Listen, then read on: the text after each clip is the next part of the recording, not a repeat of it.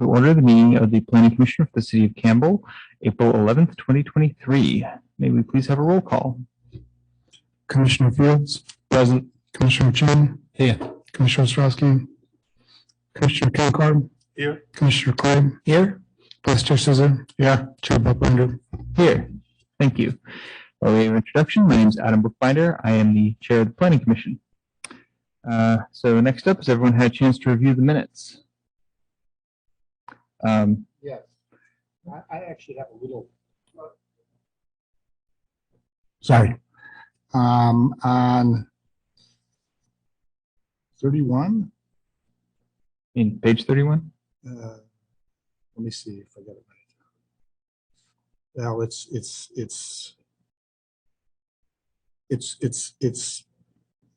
page 2 of the minutes. But 31 of the packet.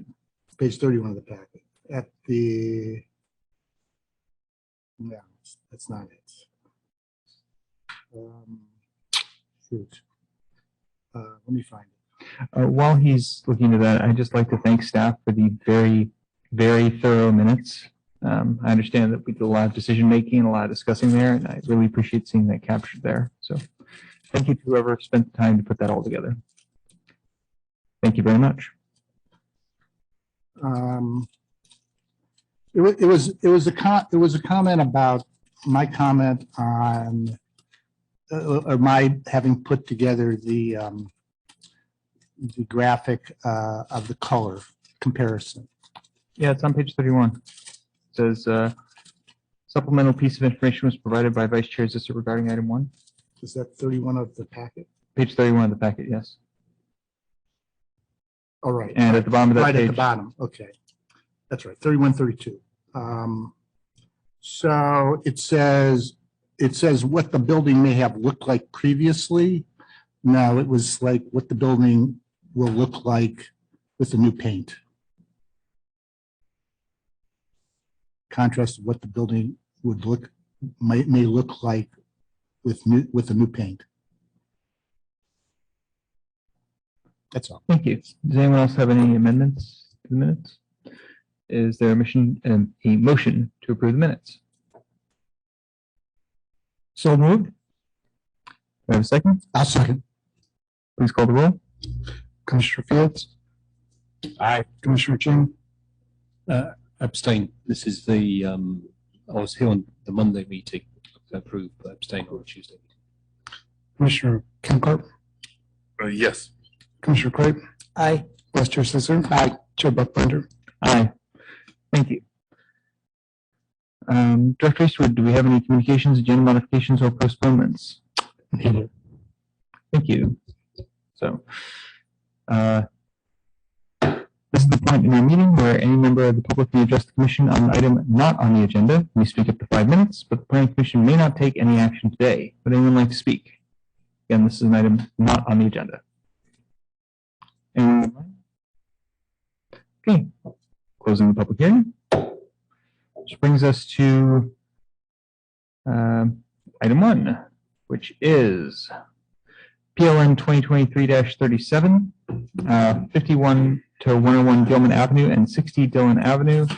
Daniel Fema is going to present. Take it away. Yeah.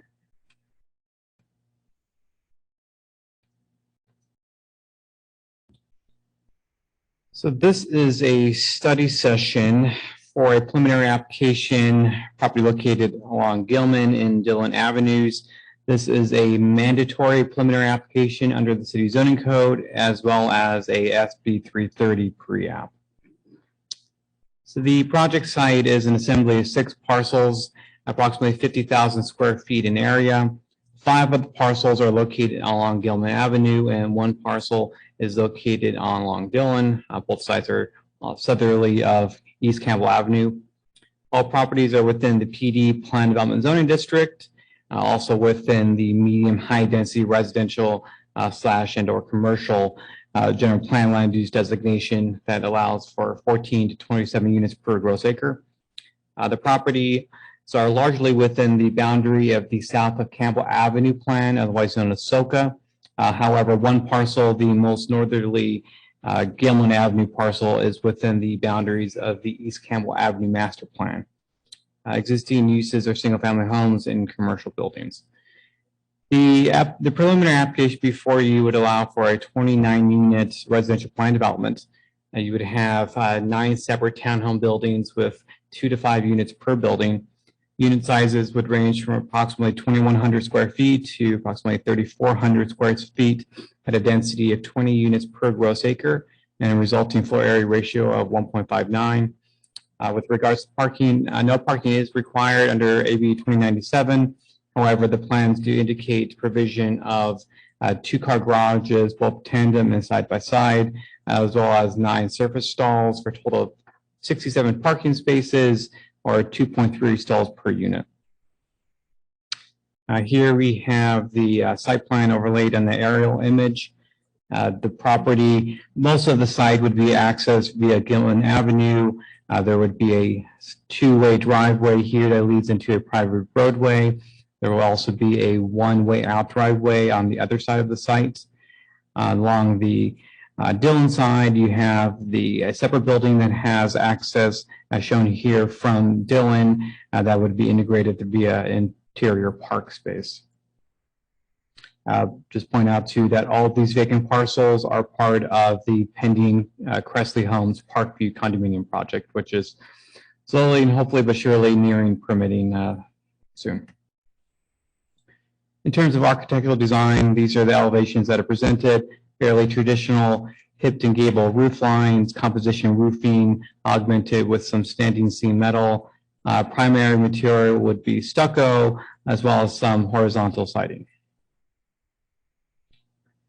So as noted, this is a SB 330 pre-app. So as the Commission is aware, since this is not the first one, this mechanism in the Housing Crisis Act, which was originally adopted as the SB 330 law in 2019, allows for projects to go through a preliminary application process that locks in the standards and effective time of submittal, that shields them from changes to cities' local land use planning documents.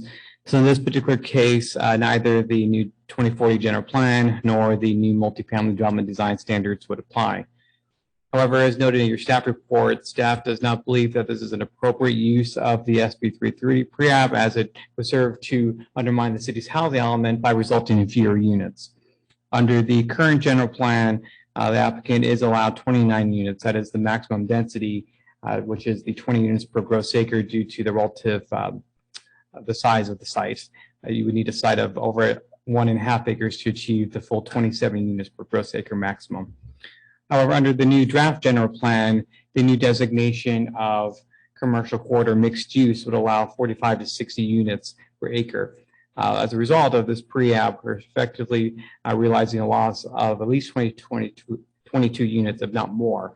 So again, under the new general plan, you get 60 units per acre, plus the ability to do a density bonus of up to 50%. And so staff will be seeking HCD guidance on this matter. Also, we did provide a preliminary objective standards analysis highlighting the ways that this project, should it proceed, will change. The most significant area of concern, really 2 areas of concern, is the Dillon Avenue building. That particular building presents several violations of what few objective standards are currently on the books. The SOCA plan requires that units be oriented to the street so that their actual literal entries face the street. This building, however, is basically inverse, so that the garage faces the street. So the units face inward, which is a pretty clear violation of the SOCA plan. The driveways are too close to each other. For a project of this type, driveways are generally intended to be at least 50 feet apart as measured from the center line of the driveways. And of course, these driveways are right next to each other. The garage entries are also too close to the public right-of-way. Minimally, they need to be 25 feet from the right-of-way. These are about 18. And then lastly, vehicles would be required to back out directly into the street, which is only allowed for single-family homes, not townhomes or higher intensity residential projects. And then a secondary concern is the single parcel that's located within the East Campbell Avenue master plan. It requires a 10-foot rear setback, which is not shown. These buildings here have a setback of approximately 2.5 feet. Also, from a land use perspective, While both plans, the SoCa plan and East Campbell Avenue master plan, both allow residential use, as detailed in your staff report, the East Campbell Avenue master plan only actually allows for apartments. So the ability for that particular portion of the site to accommodate townhomes is simply not possible absent use of a density bonus concession. And then there are also some relatively minor issues with the drive aisle depth, width, as well as the depth of some parking stalls. And with that, I will take any questions the commission might have. And we also do have the applicant here who is prepared to make a presentation as well. Excellent. Let's start from this side. Questions for staff? Thank you for the thorough report. A couple questions that you just mentioned, the very last thing, the East Campbell plan. The East Campbell plan doesn't say you can have apartments, but is that not superseded by the general plan or zoning that we just passed? Like, I don't quite understand that dichotomy. The new general plan has no role here. So we're looking basically just right now under the current general plan. Okay, that's why that one is what it is. When and what do you expect to hear from HCD? Like, is there precedent on this? Like, what kind of guidance are you looking for? I'll respond. Bobby Street Community Development Director. I can't give, if I was really to give you a guess, we've sought their advice before. I think last time it did take more than a few months. That's probably being generous in that approximation. We've been asked to ask for a rush on this, given under SB 330, the application can move pretty fast. So I would say hopefully in the next few months, but again, pending the availability of them to get back to us. And then my last question. So I guess I was reading sort of the objections. Is the premise from the city that northernmost policy, you would prefer that the garage would be on the interior and the cars would go out on like south to Gilman Avenue? Is that the premise of the ask? I mean, that building is not easily redesigned. I mean, quite frankly, it requires a significant change to the site plan layout for it to comply with those 4 requirements. Got it. Okay, those are my questions. Thank you. Yeah. Hi, Daniel. Do you have an elevation of the buildings facing the street? I saw there's a couple. Unfortunately, these are all the front elevations. So I do not have the elevation facing the street, because that would effectively be the back of the building. Right. Yeah. I can pull them up on the website. That could be of use. I don't know whether it's in the applicant's presentation.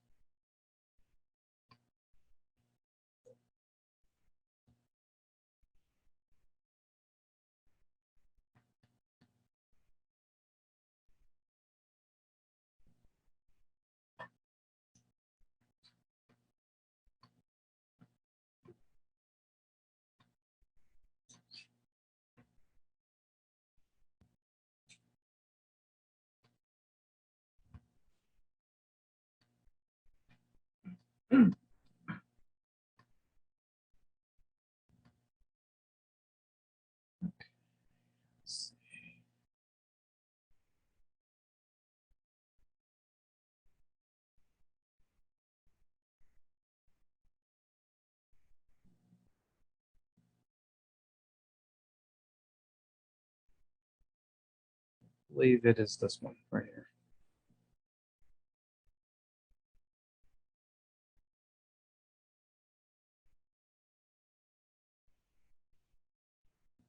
That's the one on Gilman and on Dillon. Is it the same? Correct. So that's the one on Dillon, where you have the garages facing the street. And on the other one, is only Dillon which is facing this. Correct. The rear is facing them. Thank you. That's all. Commissioner Craig?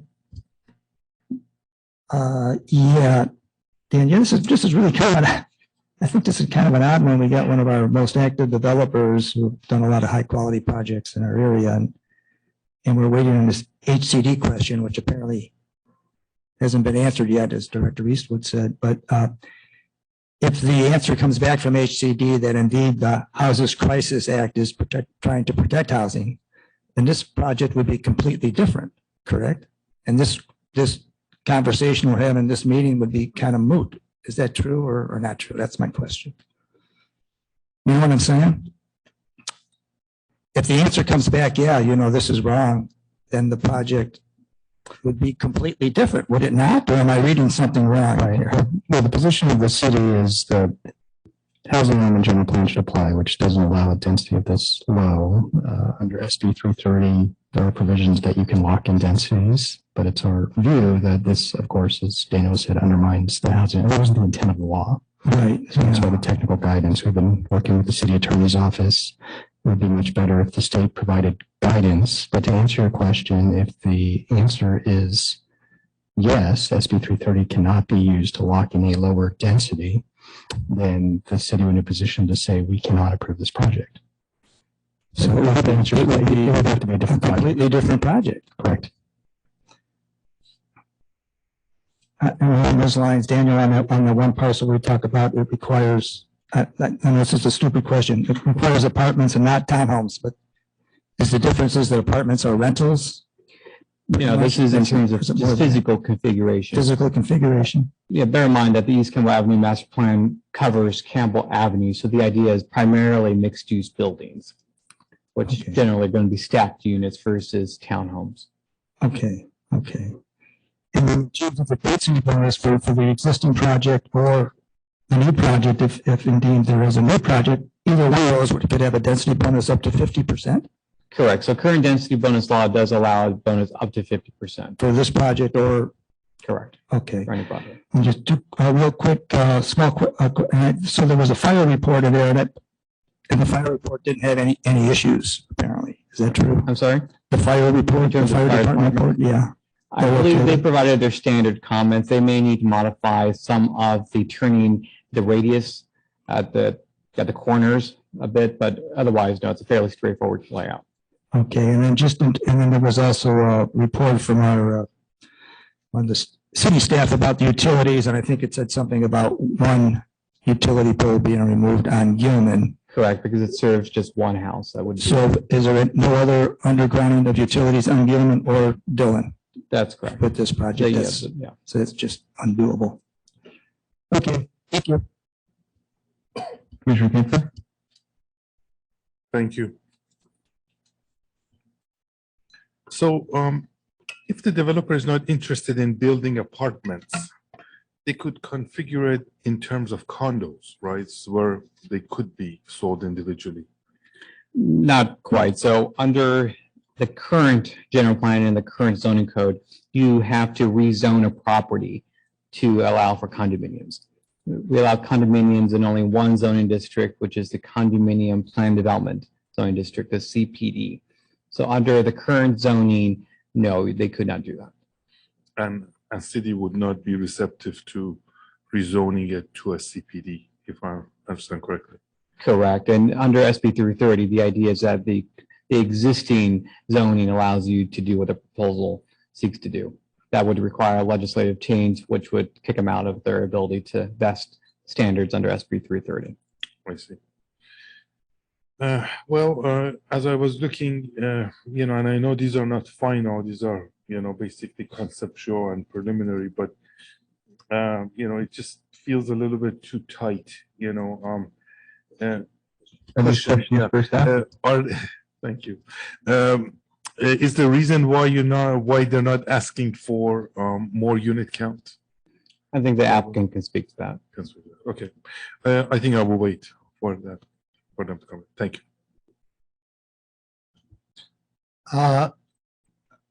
The first question on the D item on 41 zoning code,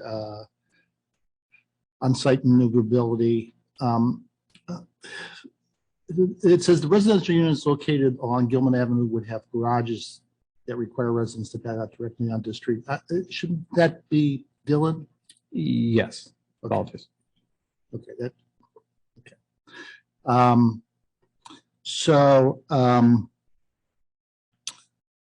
Can you go back to the, where you show the non-compliance layout? Where you point out the different things? Yeah. So that, I want to make sure I understand this one little narrow area where it's supposed to be apartments, the highlighted, right? It's just a slim single, that's a portion of a parcel, right? Correct. It's not even a full parcel. No, it is one parcel that currently is about 38 feet Okay. wide. It So has that's a that, like single one family. little house there. Correct. Okay. Now, I would also point out, this is being corrected in the new general plan. That boundary has been adjusted. All right. So it wouldn't, what I guess I'm getting at is that if they were to go and redesign this and put up a higher density project that would meet what the city wants, would we have the, I mean, and even if they're for sale, you know, a 4-story for sale condos or whatever it would be, this apartment thing would go away? No, Would we have to give them a variance or an exception or what? so they probably have two paths to resolution on this particular issue. They can either literally build an apartment building in this corner of the site, or they could use density bonus. So currently they are not proposing to use density bonus, but they could use density bonus and seek a concession, which would allow change to the regulatory standard. All right. Okay. So there is a out with the density bonus. Okay. Yeah, I probably have some questions for the applicant at some point. That's all I have now. Thank you for the presentation. As far as I understand, in our current set of rules, the maximum FAR we allow anywhere is 0.55. How is an FAR 1.59 allowable here? So maximum FAR is per zoning district. So the PD zoning district has no maximum FAR. And this is currently PD. Correct. Oh, okay. And if an objective standard makes construction infeasible, how is it still enforceable? Well, through density bonus, they certainly could seek waivers and concessions. The exception there is if there is a clear identifiable adverse health public safety impact, which the that building most certainly represents. There is a reason that we require vehicles not to back out into the street. There's a reason that we require driveways to be separated, and it's traffic safety. So if they do try to use a concession to allow that configuration, that would be something staff would strongly oppose. I think those are the questions I have. With that, Yeah. this is first, then. Just real quickly, that's that one that backs up to Dillon. It's right next to the new Cresley development, right? Yes. And the Dillon side of the Cresley development is what? It has, I believe, 2 ground level residential units, and there is also the garage entry. Okay, so there's units facing the street? Correct. Okay, thank you. Commissioner Ching? Yeah, thank you. Yeah, picking up on this density bonus thing and the public health and safety. So if they were to increase the density and get the density bonus, would that negate the ability to deny it because of health and safety? Well, the health and safety exception to waivers and concessions, I mean, they can propose it, and that's the limited basis for the city to deny those requests. So, for instance, if they sought a concession to not allow apartments in that one parcel instead of, and to allow townhomes, there's no obvious health and safety reason that could be used to deny that request. But that is a bit different than what's happening with the Dillon building. Right. So the Dillon building is where we have the main health and safety concerns. Correct. because There's of traffic considerations. Reversing out into the main street. Correct. side, and yes, in the driveways that are so close to each other and also so close to the sidewalk. Yeah. But if they changed the site design in another place to increase the density, but didn't change the part on Dillon, would that, because they've increased the overall density of the site, would that override the health and safety? I'm just thinking legally, would they say, well, I've increased the density and therefore it negates the health and safety part? If I could just jump in here, the density bonus, please correct me if I'm wrong here, the density bonus program is somewhat misnamed in that you get additional density optionally as a bonus, but there have been density bonus projects which don't actually use increased density. It just means you have to offer a greater proportion of your units at below market rate rents. And in exchange, you get the option for more density, concessions, and so on. And if I can maybe answer the question I think was being proposed, the exception that Daniel was alluding to is part of the density bonus law. Right. Okay. Thank you. Any other questions for staff? With that, I'll open the public hearing. Thank you for your patience. Would the applicant like to speak? Welcome. Please introduce yourself.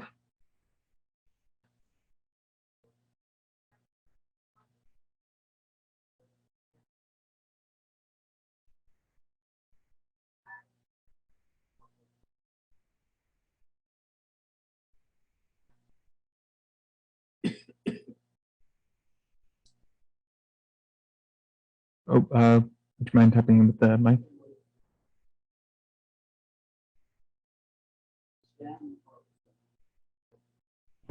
Sorry about that. All right, you can hear me now. And is the video portion up? Please introduce yourself. Good evening, members of the commission, city staff. For the record, my name is Mark Robeson. I'm the president and the owner of Robeson Homes. And thank you for giving us the opportunity to speak tonight and talk to you about our proposal and answer questions. What I'd like to show you is, can I pause for a moment?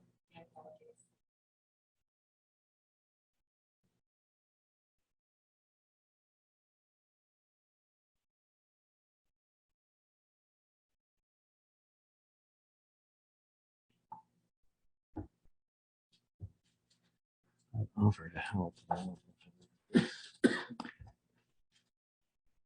Ken, would it be helpful if this doesn't work out? Can she send you the? You got it. Oh, you have it? Here it is. Oh, okay, cool. All right. Thank you for your patience, and I apologize. Go to the next slide, Molly. Here's a collage of recent projects that we've completed that are the picture in the upper left corner is Orchard City Lofts, and that's down the end of Dillon. That's an apartment project. The picture in the upper right corner is Madison, and that's the building on San Cava, which is the connection between Dillon and Gilman at the end of just down the street from where this proposed project is. The photographs on the bottom are a project called Alvin's Corner, and also known as Penny Lane. The townhomes on the bottom left, the mixed use project in the middle photograph, and then a close-up of the townhomes on the bottom right. It is a mixed use project of over 100 homes. And I want to focus for just a minute on the picture in the middle. That's a mixed use development of retail on the ground floor and 3 and 4 stories of residential on the upper floors with underground parking. And the mixed use and high density element was made possible by the townhome development. That subsidized the podium. And that's, I know that there was a recent project from the 17-acre site across the freeway where the applicant talked about that's an issue, that the townhomes are supporting high density housing, and that's how you're doing it with podiums. I'll talk more about that in a minute. The next slide, please. This is the context to the neighborhood, and in the upper left corner are the townhomes that abut our property. You can see the stairs and the front doors that come down and the stoops that come down to the sidewalk, and we're proposing something similar. On the bottom left corner of the screen is a view where those townhomes abut 101 Gilman, which is one of our sites. And the bottom right corner is the opposite side of the street, which are single-story industrial buildings, maybe some two-story industrial buildings. And so the neighborhood is comprised of 1 and 2 and 2.5-story buildings. And the upper right corner is Campbell Avenue, and it's the primary thoroughfare, and it's where the Cresley project fronts. And you can see the high-rise off in the distance of the prune yard, and so it's appropriate for higher density. And we think that what we're proposing is more compatible with the neighborhood that we're in than the densities that are being proposed in the new general plan. Next slide, please. I wanted to show you this slide because it shows the Cresley property that's surrounding our site, and you can see those. It's a dirt site, and those red lines show you that it's an assemblage. And we got involved with these properties back in 2016, and we've been actively working on this assemblage, for the past 7 years. And assemblages are complicated and expensive, and we've been working on it with the assumption that we would be building a product that was compatible with the neighborhood and compatible with what we had previously built in the neighborhood. Next slide, please. And this is the site, and it was on the screen earlier. I do want to point out that up on Dillon, and I've got a slide I can show you. We can flip that building so the driveways come off of the interior of the project and the front doors face Dillon. So that's a fairly easy change, and we are planning to use a density bonus to allow us to build all for sale housing, including the sliver on the upper right corner. Next slide, please. This is the elevation. You can see it's a well-articulated roof line. It's a mix of materials, urban, sophisticated look and feel, and similar to what we did and have done up the street. Next slide. And this is an example of the Madison project. This faces Sam Cava. It's very attractive. I think it's complementary. We spent a long time developing this, and it's just an aside, and it's worth pointing out that this wasn't what was approved by the city council. The city council gave us the right, or gave the staff the right to work with us and create this, because the plan that we had when we went before the committee, the council wasn't anything like this. I said, look, give us the ability and trust us enough to do the right thing here, and I think you'll like it. And what we came up with after spending a year working on it was something that was character defining and consistent with the overall character of what was a residential and emerging residential district within an industrial district. I think we did a good job with that. Next slide, please. And go back one, please. Thanks, Molly. I want to just forward. The brick along the front is something along the stoops is something we're also going to incorporate. You don't pick that up in the elevations. Next slide. Next slide. And you can see on Dillon how we flipped the building around to the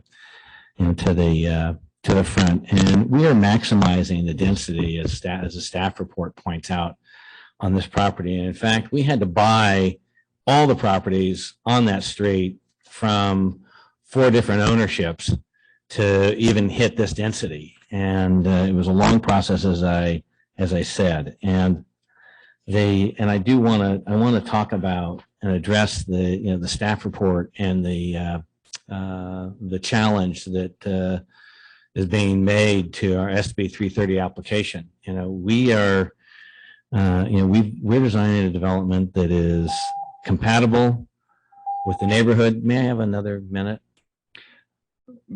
By all means. Okay. It's compatible with the neighborhood. It's attractive, and it's something that we're ready, willing, and able to start now.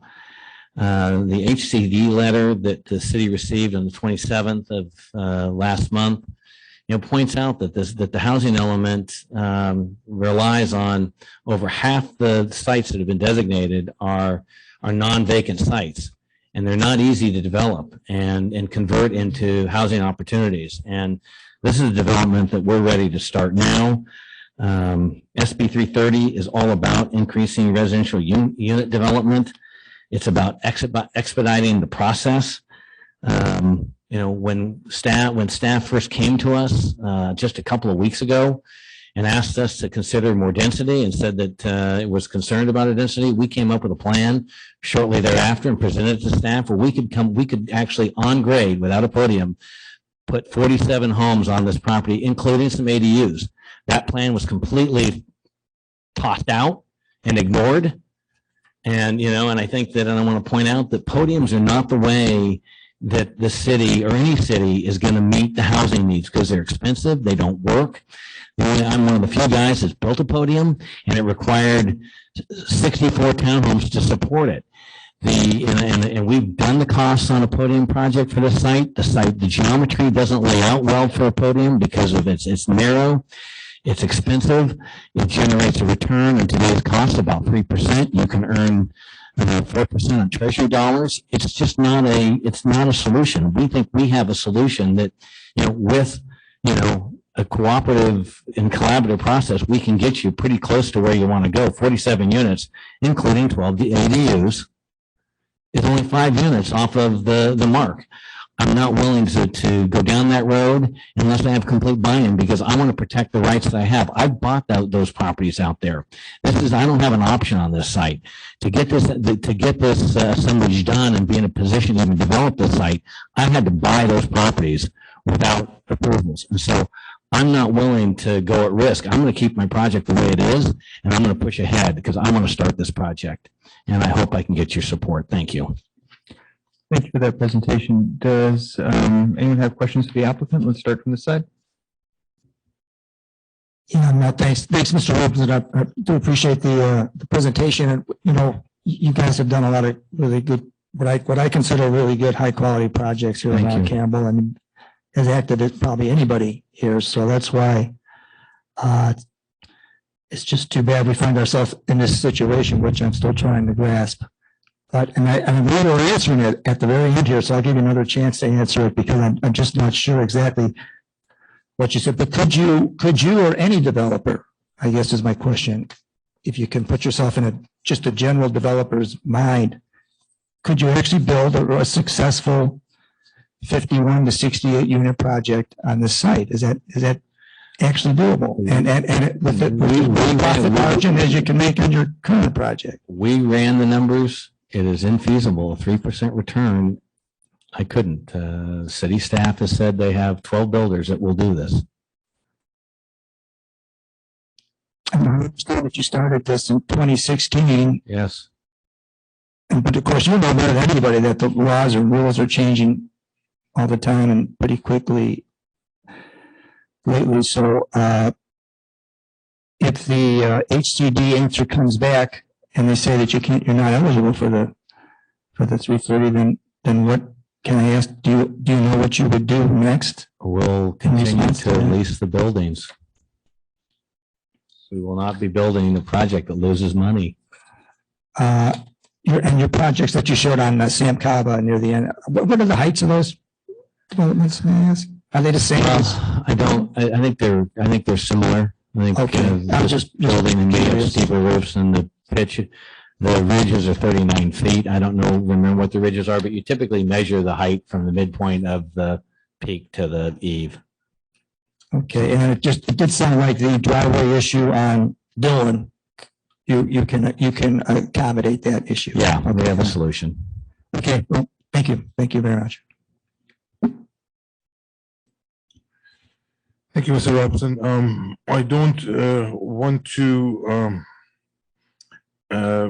try to guess what's the best way for you. I think you're the expert here. You know what works and what doesn't work here. On the Dillon Avenue project, what's the possibility of taking that to a apartment though? Well, that was part of our solution to increase the unit count was on the Dillon portion was to replace those 4 units you can see there with a 10-unit building. So we picked up 6 units. And then we were going to add 12 ADUs where we could. And so you picked up, you got to 47 units. And in the staff report, it says that the minimum you're required is 51. And ADUs are not quite the same, but they do count toward your RHNA numbers and they're affordable by design. So, you know, at the end of the day, it's really about providing affordable housing. And I do think that, you know, we've got to come up with ways that are more creative to, you know, to get the housing, because concrete podiums, they, you know, on especially a small site like this, they don't work. And I think the kinds of solutions that we're thinking about, I think are good and they can work. How many of these units are going to be BMRs? Well, under the current plan, there are 29 units. The plan that actually the application, 4 of those are BMRs. And to get a density bonus, we'd have to increase the affordability level on some of those, whatever it turns out to be, we're going to do to get the concessions so we can address the mixed use element on the far right corner that I think was highlighted in yellow. Sure. Okay, thank you. You're welcome. Yeah, Mr. Robson, thank you for being here and You're welcome. thank you for your previous work. So I'm curious about the 47 unit option. You talked about 12 ADUs as well as changing the Dillon to 10 units, 10 units. So the ADUs, would those be attached ADUs? Is that what? Yeah, they'd be on the ground floor. Oh, they'd be on the ground floor. Okay. And if you had the 47 units, would we still be getting below market rate units out of those? Of course. Yes, 15%? I think. I don't know, the ADUs, I don't think count towards that, but the extra 6 units would. Daniel's in a better position to answer that question than anybody else, I think. All right. And I guess by nature, the ADUs would be a little bit, well, they would be probably rentals. They may be, they may not. I mean, you don't have to. I mean, but you know, you know, somewhere along the line, we So have. the 12 of the for sale units would have ADUs, is what you're saying, Correct. right? And then they would do with what they want with the ADUs. Yep. I've been building ADUs. Grandparents are renting them out. Right, they can, but it's still housing. Yeah, yes, and it does, you're right, it does apply to the arena. So, yeah, I'm just curious about the Dillon property. That's a separate parcel that you bought? Was that, I'm just curious, from a layman's point of view, I look at the odd, you know, I look at this one property. Yeah, it is a separate parcel. Okay. Yeah, I just, from a layman's point of view, is go like, why did you buy that? Did you get that to make it work for the whole thing? Well, I don't have a cursor, but the Dillon property, if someone, you can see it right there. That's a piece, and then 101 Gilman is on the left only, right there where the cursor is. Yeah. And then 85 Gilman, that's all owned by one owner. All 3 of those parcels are owned by one person. Oh, I see. And then 3 parcels owned by one person. So correct. He was the biggest landowner and of the group, and then we went to the guy on the right, in the middle, Yeah. and then there's a house there, Right. and then there was a house on the far end, and those were individual owners. Okay. We bought that for the first site, you know, because we at first we tied up the middle piece, but we couldn't get the other one, so the deal fell apart because the property owners didn't want to wait around for us to get the rest of it, and so it took a long time to kind of corral all these guys. And you may remember for sale signs on those houses, and it's just no one else ever bought them. So you know, finally we got a hold of them, and we started there, and then we kind of worked our way up the street. Yeah. So again, on the 47 units, I'm kind of curious as to there are inner and outer units, and are they just smaller floor space? I mean, how are they? Give me a sense for what the configuration is. On the building on the Dillon side, the 10 units, doing my best to remember how it's configured, because it's configured, we did it just thick-panned and so forth. It was just concept, and here's how we did. But usually we're pretty good with figuring that kind of stuff out. But I think there was 2-bedroom units and there were 1-bedroom units. And there's an issue with mixing, for sale, and I think Daniel may have explained it to me that portion might have had to stay rental, Daniel. Yeah, as I noted, in terms of like the condominium rezoning.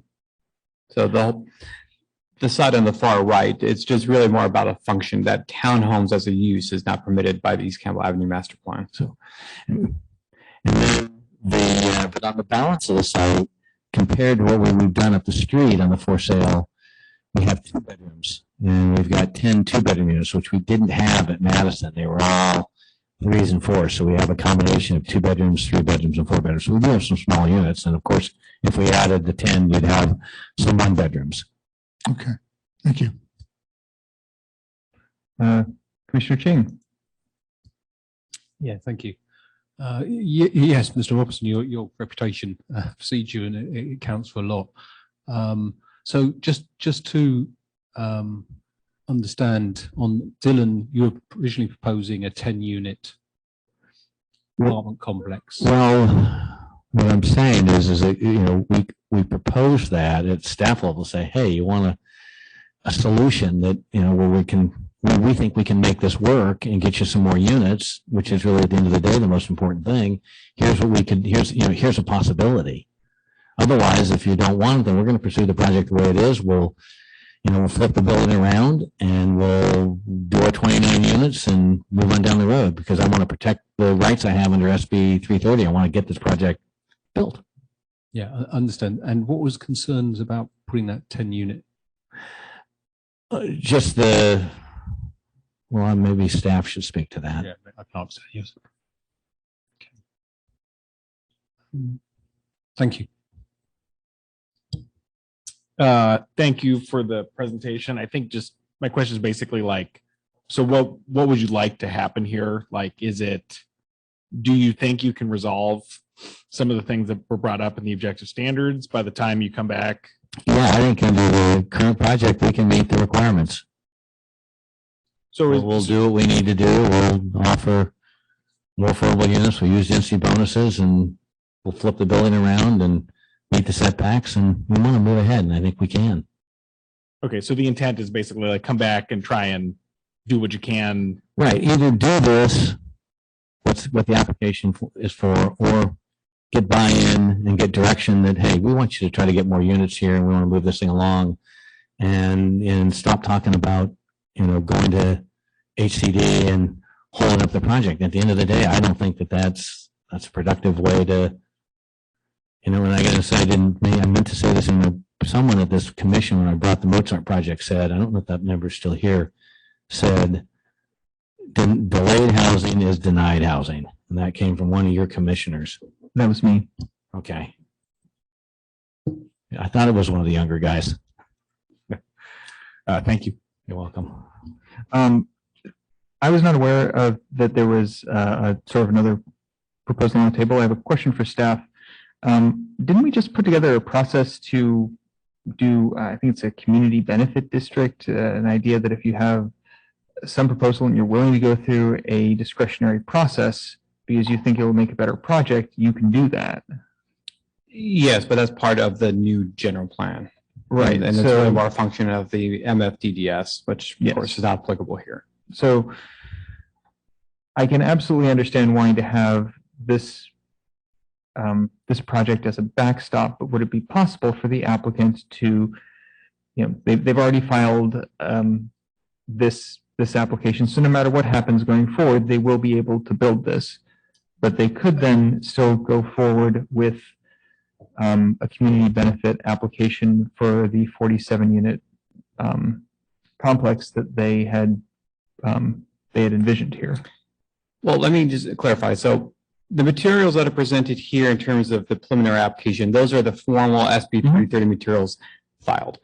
We did discuss what changes to the project could look like, but none of that is formal. It's just a a deliberative discussion with the developer like we have all the time. Mhm. Now, under SB 330, they are allowed to modify the project. There is a limit to the percentage of units that they can add, but that percentage actually isn't applicable here because any additional units would be an outcome of density bonus. So they could submit, I mean, again, the HCD issue notwithstanding, they could submit a formal application that includes an increased unit count using density bonus law. So there's nothing stopping him from doing that, again, separate from the HCD issue. And well, my understanding was this application vests the current general plan standards. Yes. In the proposed unit count and building square footage.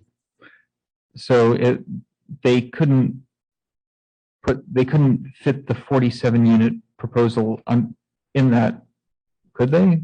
They could, because they would be using density bonus as part of a formal application. Okay, so it sounds like the options they would have here are to, I'm just trying to figure out what the landscape is here.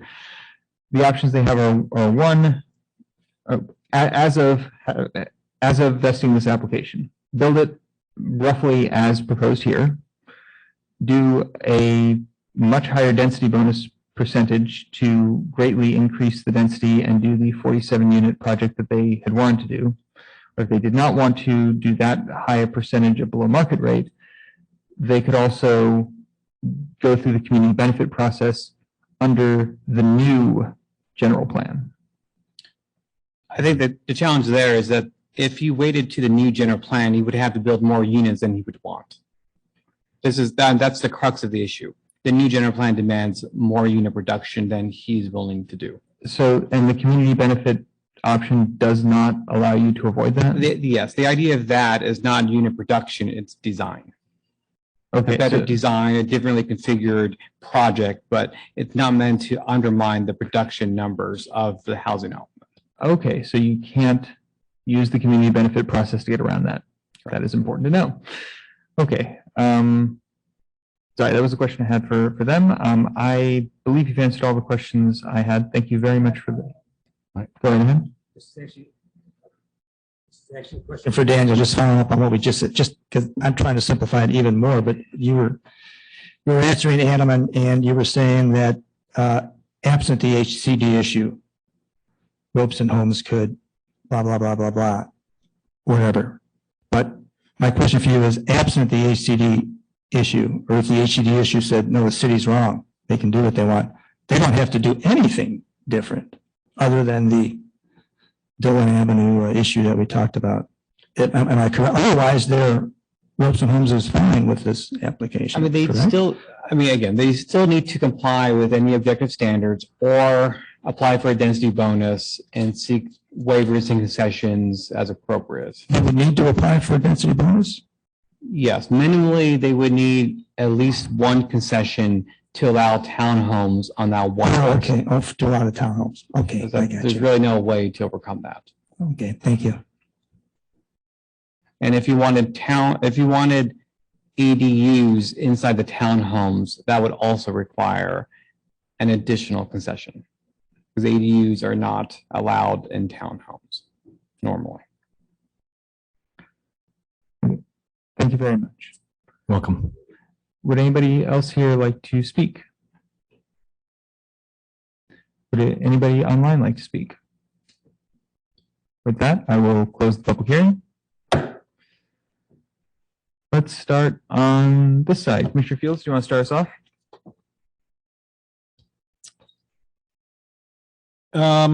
This was interesting, and I feel like I haven't encountered something quite like this in my time so far. I think when I read the packet, I was, when I read the proposal, I was a little bit like, even with the old objective standards, it seems like it did a few things to sort of not necessarily like skirt the rules, but sort of came in at the minimum bar, very close to it. I was surprised by that because most of the stuff we've looked at here just doesn't tend to have that many sort of objections raised. I think in the course of the discussion, I'm potentially more sympathetic to a version of this that increases the number of homes on the property that we were discussing. Probably would like to know more about what that proposal looks like and understanding city and staff sort of response, like depending on like the 7 or 8 things that were in the packet, like what would this counter proposal do and how that relates. So I would describe myself as somewhat torn. Commissioner Chin? Yeah, thank you.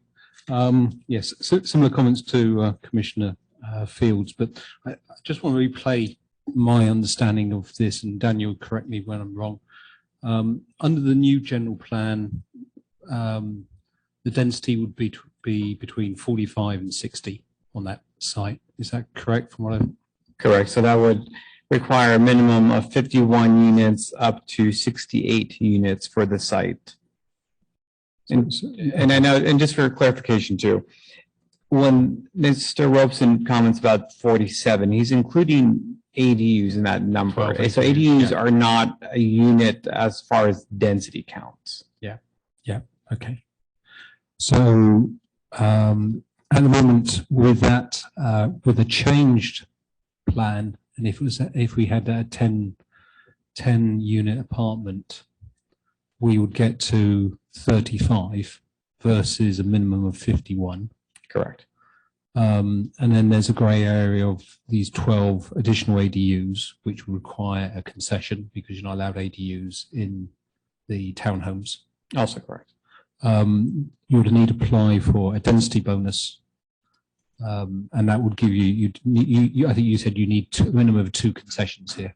Correct. His density bonus would need to provide for an actual bonus of, I think, about 21% concession for the townhomes on the East Campbell Avenue planned parcel, concession for the ADUs, and then likely waivers for the roadway width and parking stall depths. Okay. So I think my understanding is correct. So I just want to check before I share the thought.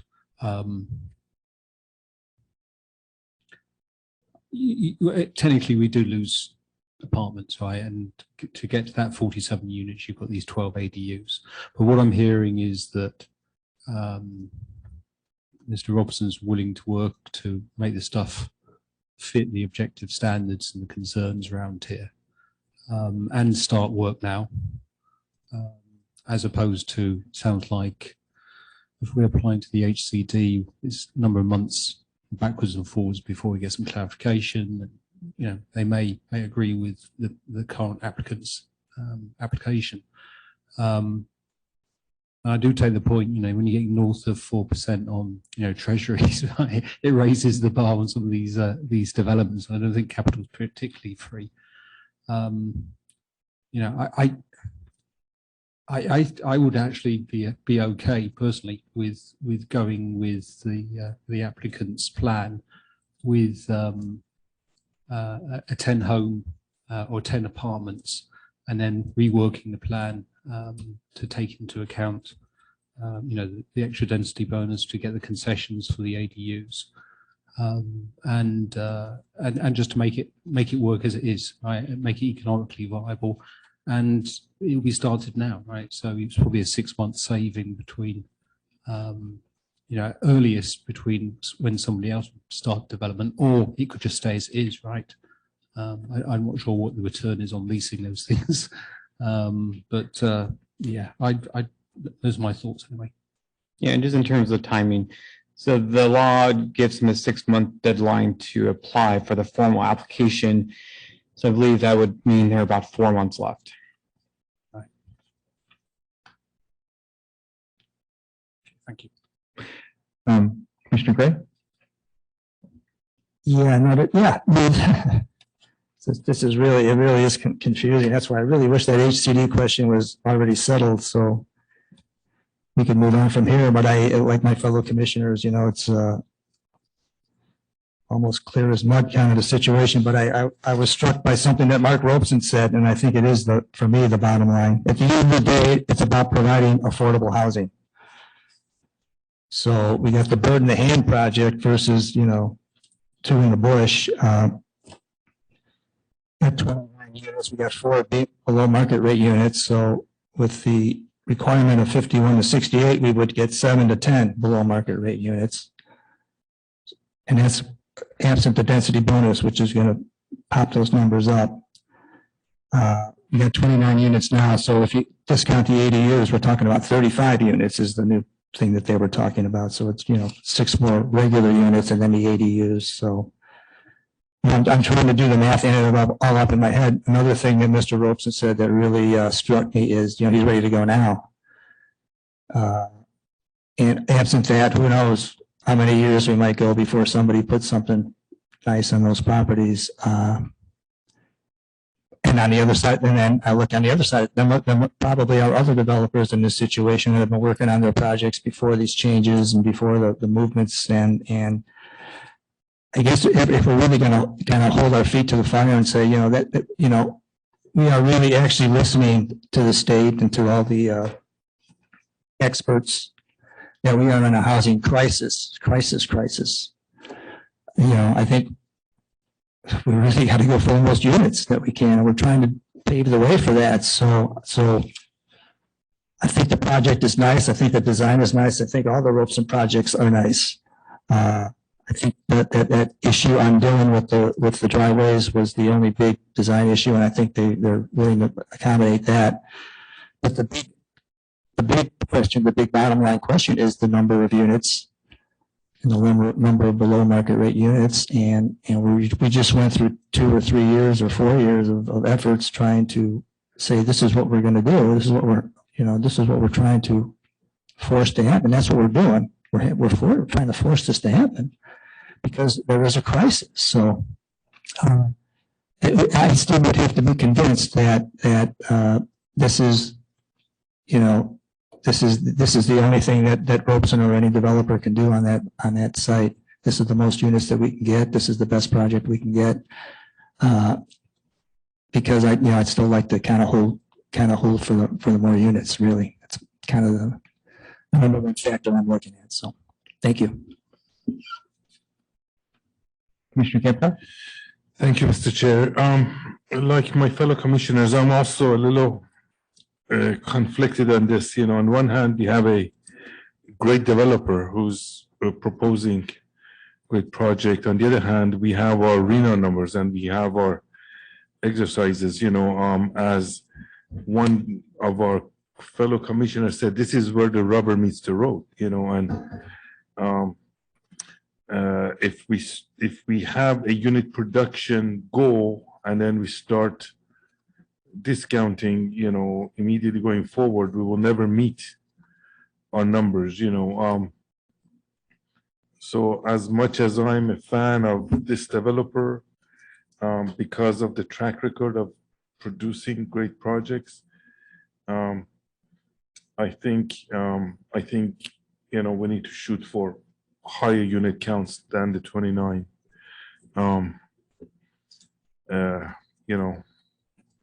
That's at the end of the day, that I think is the paramount issue here.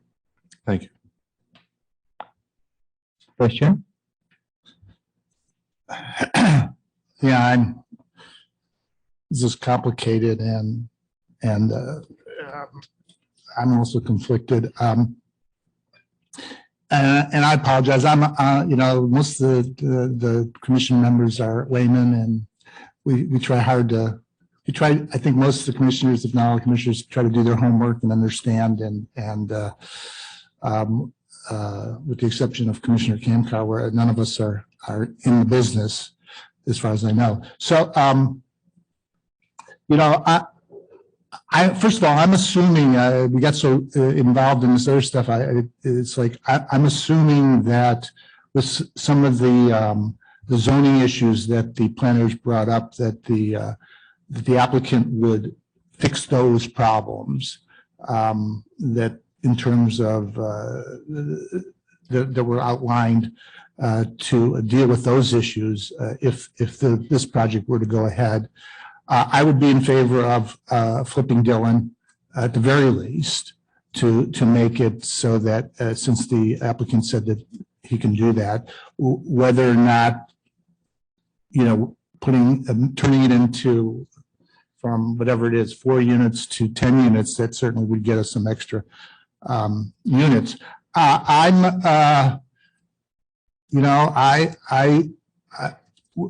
we're obviously doing here is,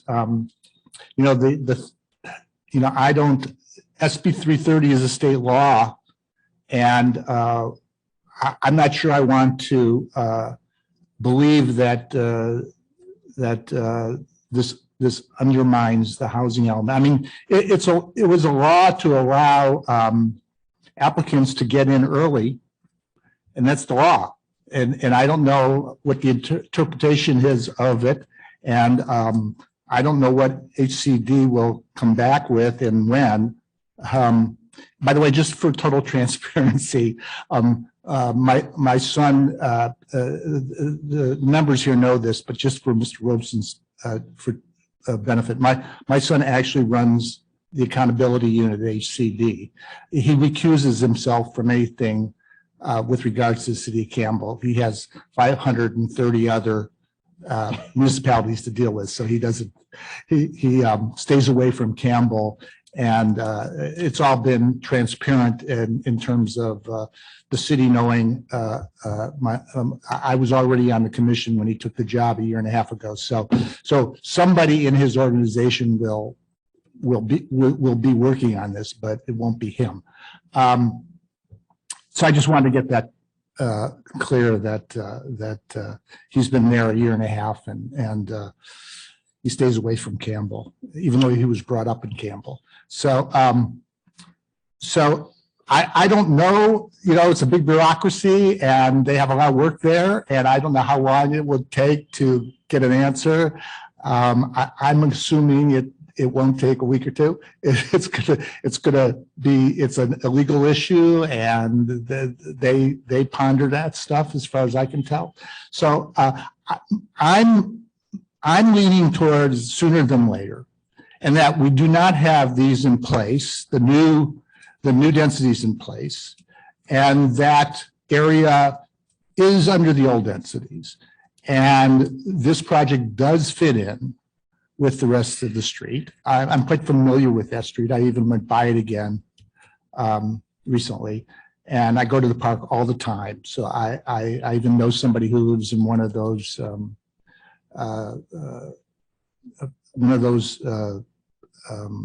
townhomes down the street.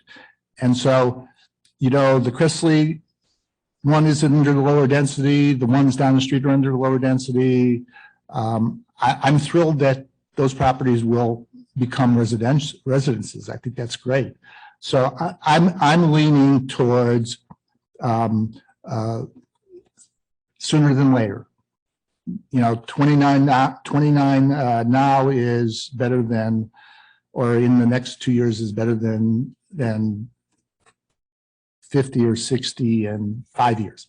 So, and we've got a lot of other parcels, hopefully, that we're going to fill and meet the RHNA, or at least attempt to meet the RHNA. So, I'm leaning more towards, with some changes, obvious changes, the Dillon change, and fixing any of the zoning issues, any of the zoning code issues that were brought up that allow this to go forward. Thank you. With respect to my fellow commissioners, I don't think this is a particularly complicated situation. As I understand it, SB 330 lets you use the objective standards at the time of the application. If we wanted those standards to be different, we should have changed them sooner. More to the point, the current state of that, like I walk past it every time I come to planning commission. The current state of that area is, to be blunt about it, it's a blight. I would like to see it developed. In descending order of what I would like to see, the new general plan densities, then 47 units, including ADUs, those are still units, then 29 units, and then the status quo. And it looks like the best we can plausibly do is the 47 if the applicant can make that work with the SB 330 pre-application. I understand that staff wants to maximize the density on that site. But I think the idea of trying to fight the developer for what looks like 4 extra units on the site at an unknown amount of delay, it just seems like a bad idea. The city has like in many years past, the city has spent a lot of time and effort fighting housing. And I know that we're doing it for a good abstract cause here, but I'm not in favor of that. I would strongly encourage staff to figure out how to get 47 units on that site, because that is like, it's real close to what the new general plan asks for. And we know that podiums are really expensive. And if the developer can make that happen without putting a podium on the site, that would be fantastic. If they can develop 47 units on that site with the given pre-application, like, I would very much like to see that here. And I don't think it's worth fighting the developer to force them, see if we can force them to do 51 units at some distant point in the future, because they own the site. And if they have to put a podium on it, as he said, they could just keep leasing it. And I don't think anybody here wants that to happen. It's hideous. Those are my opinions on that. Does anyone else have, this is a study session, so I take it we're not voting, but anyone have anything to add? Yeah, I'd like to add something. My comments were wishy and wobbly. I think your comments were dead on, Chair. Oh, thank you. So help listening to other commissioners. I understand it'd be ideal. It'd be nice to increase it, but we're probably heading into a recession, right? Money's going to get tight. So even though I don't know how these things get funded for other developers, but I'd rather have what we have on the table, especially if we get to 47 units. And I'm in support of the chair. What he said was great. So, thank you, Commissioner Kemper. Ditto. So, I mean, I can compromise for 47. When I said more units, I didn't mean it has to be 51 or more. 47 is close enough. Great developer. I can support that motion if it comes through. Okay. Staff, do you need anything else, or have you gotten vibes and so on from us? The action before you is a pre-app. All you do is provide comments. So you have provided your comments. Okay, thank you. Guess we'll close that item. Is there a report from the Community Development Director? I will report to take the subject general plan housing element and multitude of supporting items to the City Council a week from today. So if you have nothing else to do and like to see the fruits of the 4 hours you put into this a few weeks ago, that will be a 4 o'clock start on April 18th. And it's the only item on that special hearing. There's some fees after it. One small additional thing in addition to that, on the council strategy session, one of the highest priorities for this year was preparation of a climate action plan for Campbell. Campbell's does not have a climate action plan. I would like to give kudos to your secretary, administrative analyst, Ken Williams, who put together with some support from other staff, grant application of the state to help underwrite it. They're not cheap, so we are applying for a grant from the state to help support the effort. But wish us success, but we should be starting the climate action plan probably about summer. And that's all I have. Question. Well, first, an announcement. As I mentioned, myself and my wife, mostly my wife, are expecting for the beginning of May. So I will, all goes well, I will be out for the month of May and will return in June. So congratulations, acting chair. I will be here for the next one unless something very exciting happens. I just wanted to let everyone know. And so if you're planning on missing it, we are I believe we're just at quorum here. Do we need 5 or 4? Oh, okay, cool. So, yeah, I can vanish and one of you guys can vanish. You can still make all the decisions. One other question. Roughly when would we be discussing the establishment of the state of shelter crisis as that has been agendized? Can't give an estimate yet. Our focus right now is on general plan adoption. That's absolutely fair. All right. Go ahead. Just want to make sure you discuss the cookie responsibility with the vice chair. Any of you could bring in cookies. Just throwing that out there. All right. Well, with that, have a good night, everyone. I'll adjourn to the next scheduled meeting of April 25th, if I have that correct. Good night.